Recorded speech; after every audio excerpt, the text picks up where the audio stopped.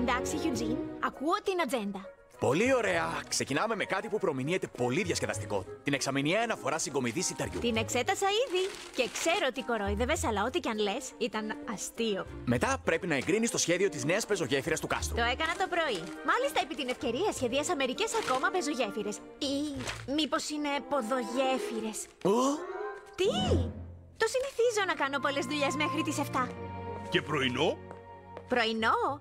Για πρωινό τρέφομαι με ενέργεια. Καλά, και κρουασάν κεράσι. Ευχαριστώ, Πασκάλ. Ξέρεις ομολογώ, ελιαχτίδα, ότι εγώ δεν... Η κούκλα της προπόνησης της Κάς. Α, φανταστικά. Η Κάς δεν είναι καν εδώ, αλλά βρίσκει τρόπο να με ενοχλεί. Κυρία Κράουλι, τι κάνετε με τα πράγματα της Κασάνδρας?